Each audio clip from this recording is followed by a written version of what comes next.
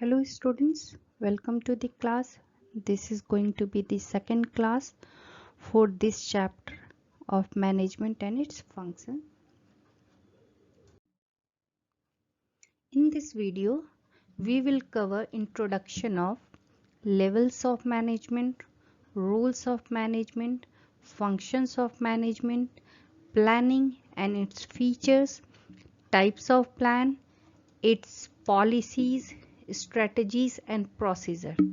So, levels of management. Basically, there are three different levels of management: lower or operational level management, middle level management, and top level management.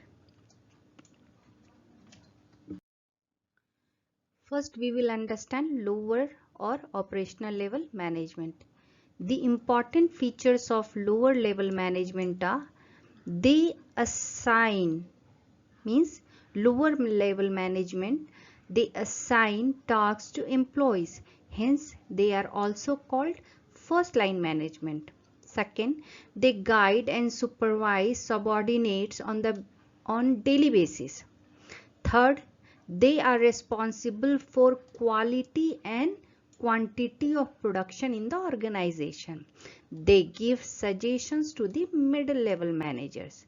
Next, they help in execution of various policies and programs which are formulated at higher levels. Sixth is lower level managers are the actual executors, hence they must acquire technical skills. Having in charge of operations and executions, they must know how to make their subordinates work on technical grounds. For example, for lower level management, team leaders, supervisors, persons in charge, hands-on workers, department heads, group leaders, unit leaders, etc. Next, let us understand middle level management. The important features of middle level management are: first, they are subordinate to the top level management and they are superior to the lower level management.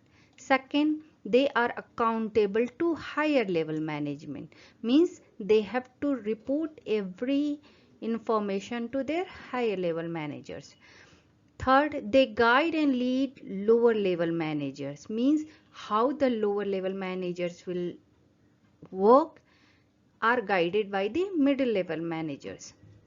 Fourth, they communicate the policies formulated at the upper level to the lower level managers. Fifth, they form a link between upper level and lower level managers. Sixth, middle level managers must possess specified skills as he is a communicator between the top level and lower level management. He discloses top level strategies to lower level and gives feedback to the top level. Examples of middle level managers are divisional managers, plant managers, branch sales managers. These are in business. In universities, deans. In hospitals, clinical directors. Next is the superior level or the top level of management. The most important features of top level management are they are responsible for organizing, strategizing and controlling the entire firm. They are responsible for policy formulation and setting up of goals. They must make decisions on long-term issues. They are answerable to various stakeholders such as general public, shareholders, government, etc. Top level management acquires conceptual skills as they devote their time in problem solving, organizing, planning and other duties. Some of the examples are CEOs or Chief Executive Officer, CEOs, Chief Operating Officers, President and Vice President, etc. Now here is the diagram for different levels of management. Here is the top level management where exists board of directors, managing director. Thereafter comes the intermediate level management in which comes the marketing manager, production manager and finance manager. Below them are the middle level management. In for marketing manager there are branch manager, for production manager there are plant superintendent, for finance manager there are chief accountants. Thereafter comes the operating management. For the market branch managers, sales officers are there. For plant superintendent, foreman or supervisors are there. And for accounts department, accountant of finance officers are there. And the lowest level or the workforce level is the salesman, workers and clerks. Now here are some important rules of management. Mintzberg in his book Mintzberg on Management, Inside Our Strange Role of Organization, published in 1990, has propounded various roles that a manager has to fulfill.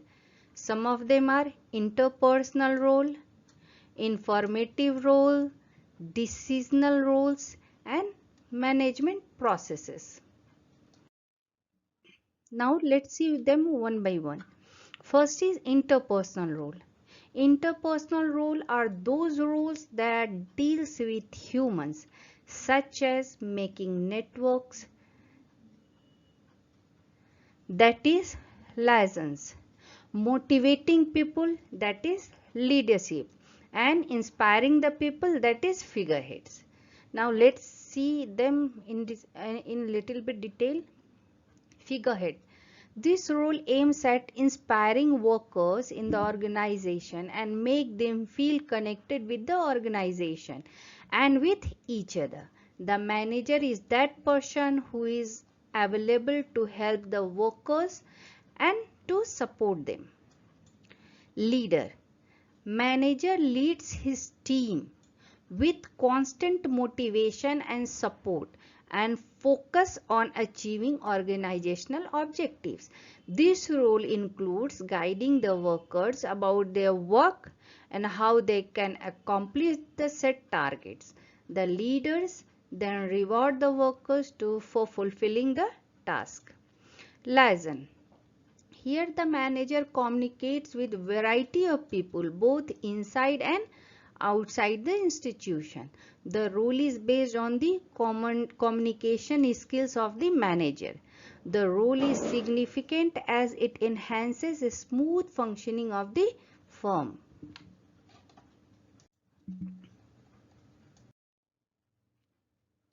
Next is informative roles.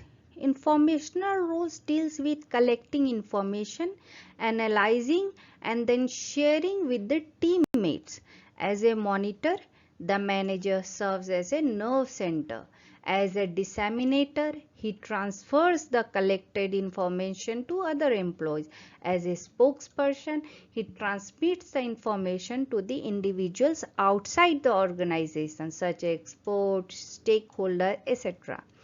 First as monitor, informative role as a monitor. This is the key role as the prime job of a manager is to monitor the situation. He administers as well as monitors the changes occurring in the environment and preparing well in advance. Disseminator. Dissemination is the process of gathering information from external as well as internal sources and disseminating relevant information with the teammates. This role enables the manager in sharing the knowledge and information with his team. A spokesperson. The manager plays the role of representative of his team. The manager speaks about the achievements of the team or the problems faced by it. If the manager is not a good spokesperson, then the outsiders will not be able to learn about the accomplishment of the team. Decisional roles. Decisional Role deals with taking decisions for the betterment of the organization. As an entrepreneur, the manager explores for new opportunities and brings changes. As a disturbance handler, he takes corrective actions in the time of business unrest. As a resource allocator, he approves, rejects, and makes important organizational decisions. Finally, as a negotiator, he represents the institution at major internal and external negotiations. Let's elaborate these key rules. Entrepreneur. Manager works like an entrepreneur, where he runs his small business. Though he has various superiors, but often he had to make decisions on his own. This reflects the role of an entrepreneur, where he finds the solution to the problem quickly, takes decisions, constantly thinks about new methods through which the team will move forward. Second role as disturbance handler.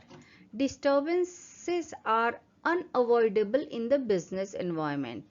This role enables the manager in getting the team returned to the track after the disturbance has occurred. This role focuses on resolving conflict among the members or tackling any problem outside the business. It is an important role. Resource allocator. As a resource allocator, the manager inspects and gets the works accomplished by managing and allocating resources judicially. Thus, it is an important role because the manager has to manage with whatever resources he has. Negotiator. Negotiations are central to any business. This is the final role of any manager. Negotiations do not take place only outside the organization but also within the organization. This role envisions bringing all the teammates to a common goal while catering to their individual goals. Next, as a management process. The process of management is continuous, where the managers at all levels plan and define the objectives, organizes various resources, leads the organization, and control any deviation from the desired goals. Hence, it is never ending process. D. McFarland has defined management process, and management is the distinct process by which the managers create, direct, maintain and operate purposive organization through systematic, coordinated and cooperative human efforts. Hence, it can be concluded that the process of management includes various functions that are performed consecutively and continuously in order to achieve stipulated goals. Functions of management.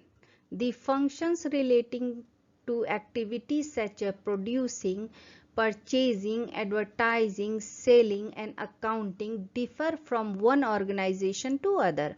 However, the functions of management are common to all the organizations, even to non-profit organizations.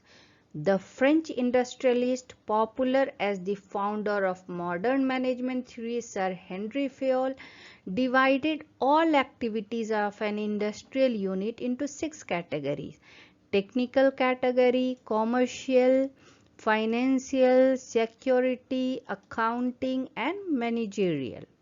Sir Henry Fayol distinguished between principles and elements of management, using the principles for rule and guides and the elements for its function. Fayol grouped these elements into 5 managerial functions, and they are planning, organizing, staffing, directing, controlling. Let us discuss few of them. First is planning. Planning focuses on looking forward. Forecasting is an essential element of planning. According to Henry Fayol, purveyance, which is essential element of planning, covers not merely looking into the future but making provisions for it. According to Noose O'Donnell, planning is an intellectual process with the conscious determination of course of action on the basis of decisions on purpose, acts and considered estimates. Features of planning. First, it is goal oriented, that is, it focuses on attaining preset goal. Second, it is prime activity, that is, it is the first step in management.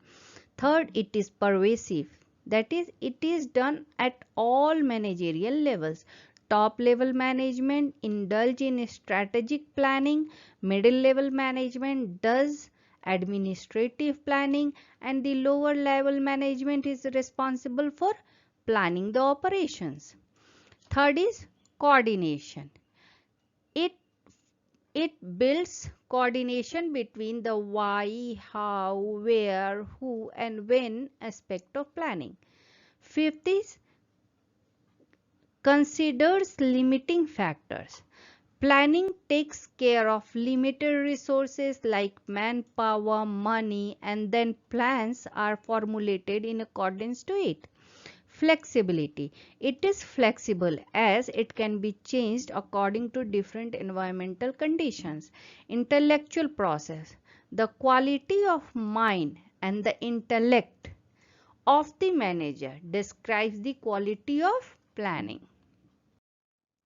Significance of planning. What are the benefits or significances of planning? It enhances efficiency of organization and assists in organizing the work. It facilitates coordination among various processes.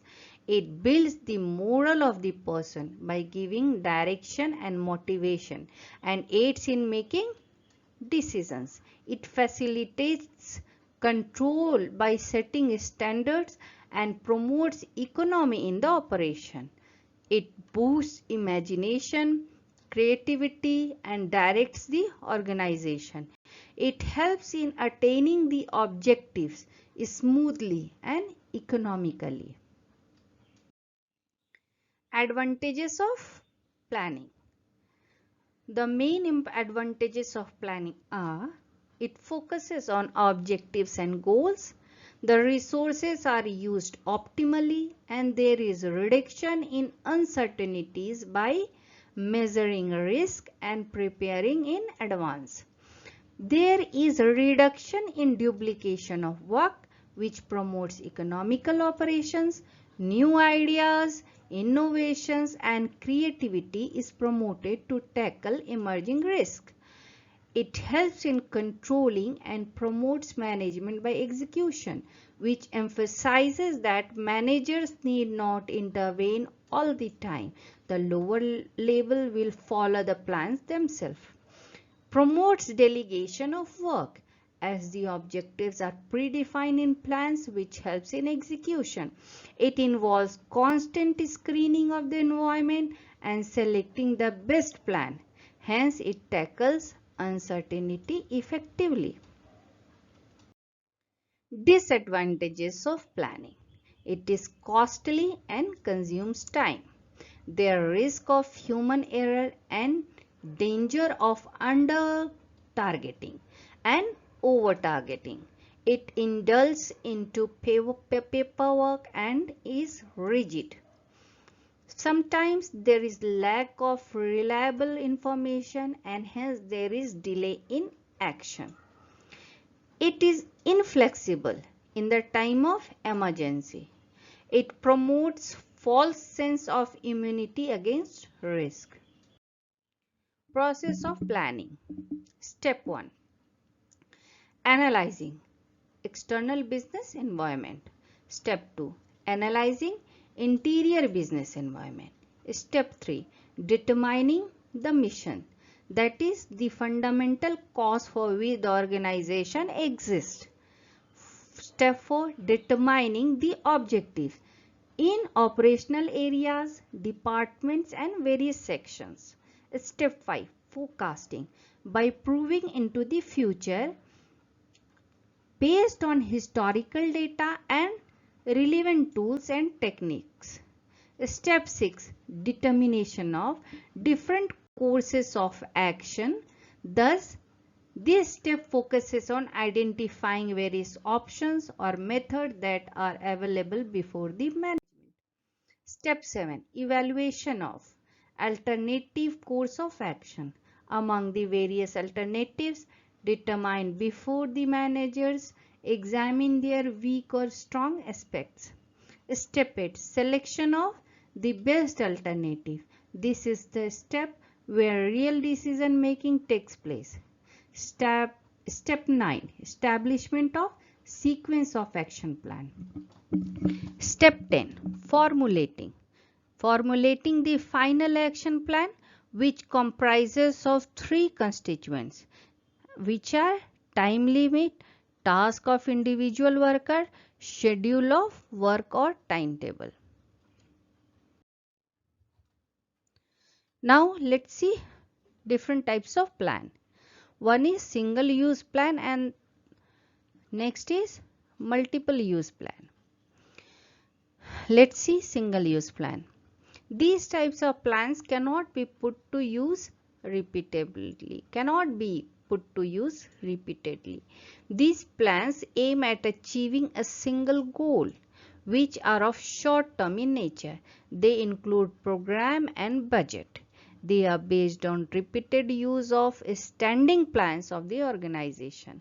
They are non-recurring in nature. Under the single-use plans comes the following: programs. They are part of single-use plans. They help in coordination as they are the schedule of action. It facilitates step-by-step performance of various tasks. Instead of guiding about how the work is to be done, that is done by procedure, it focuses on what work is to be done. Hence, it is an arrangement which focuses on what work is to be performed and when it is to be performed. Next is budget. It states what the company expects in the near future. The expectations are stated in a quantified manner. The period for which budgeting is done is limited and predefined. According to Brown and Howard, the management accountant, a budget is a predetermined statement of managerial policy during the given period, which provides a standard for comparison with the result actually achieved. Next, repeat use or standing plans. They act as guidelines and are formulated for long-term uses again and again. They are recurrent in nature, hence decisions are made based on knowledge and past data. Hence it involves informed decisions. They focus on the main objective of the organization and include objectives, procedures, strategies, rules, policies and methods. These plans have to be changed repeatedly. These plans includes the following: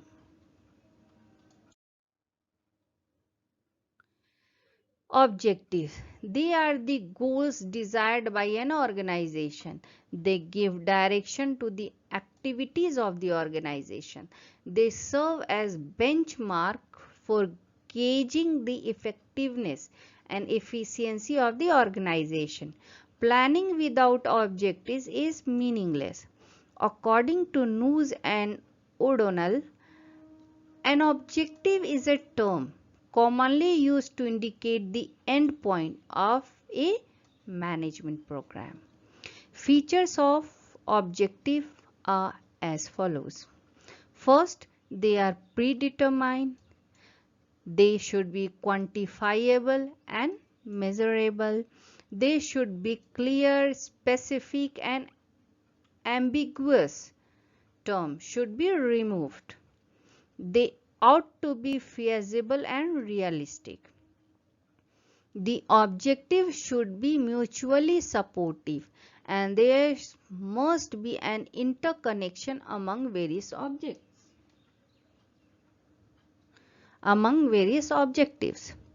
The objectives can be of long range, medium range, or short range.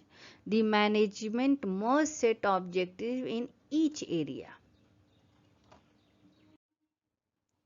Next, strategies. It is a special form of plan which is made to combat the challenges possessed by a competitor's strategy. It is based on competitor's plan of action. It is shaped by the forces in external environment of the business. The scenario in the industry and the forces in economy assist in formulating the strategies. According to Hammond, strategy is a policy that has been formulated by the top level management for the purpose of interpreting and shaping the meaning of other policies. Hence, strategies are those plans which are based on the plans practiced by the firm's competitors. Features of strategies are as follows. It is appropriate combination of various components. It forms a bridge between the organization and the environment. It is an action to combat a specific challenge. Unlike objective, strategy is the way to achieve an end result. It is not the goal or end in itself. Top level management formulates a strategy and it is based on the assumed and estimated risk. Next is policies. This kind of plan acts as a directive force which aims at providing a stable and endless framework for executing the action on repeated managerial problems. They are the plans that guide the organization in making decisions. Policies can exist at all the levels, chiefly departmental and divisional of corporate levels.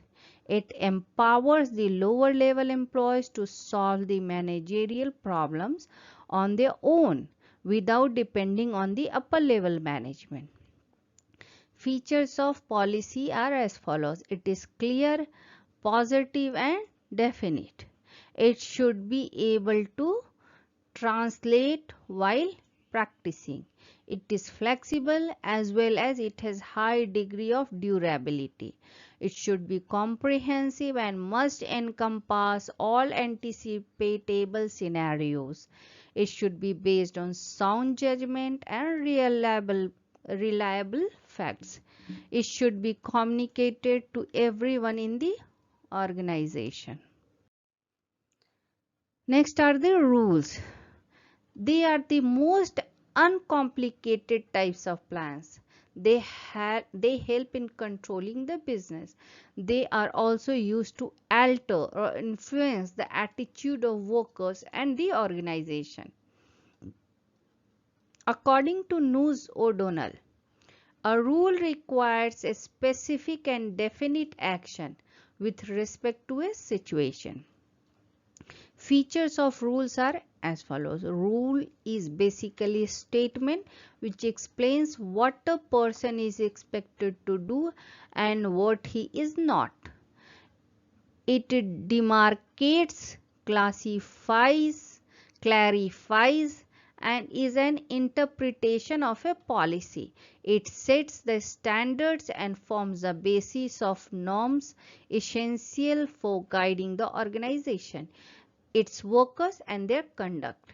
They are specific and concise in nature. The non-compliance results in punishment. Some examples of rules are as follows. Folklore.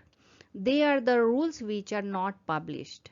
and are communicated by behavior and are understood implicitly.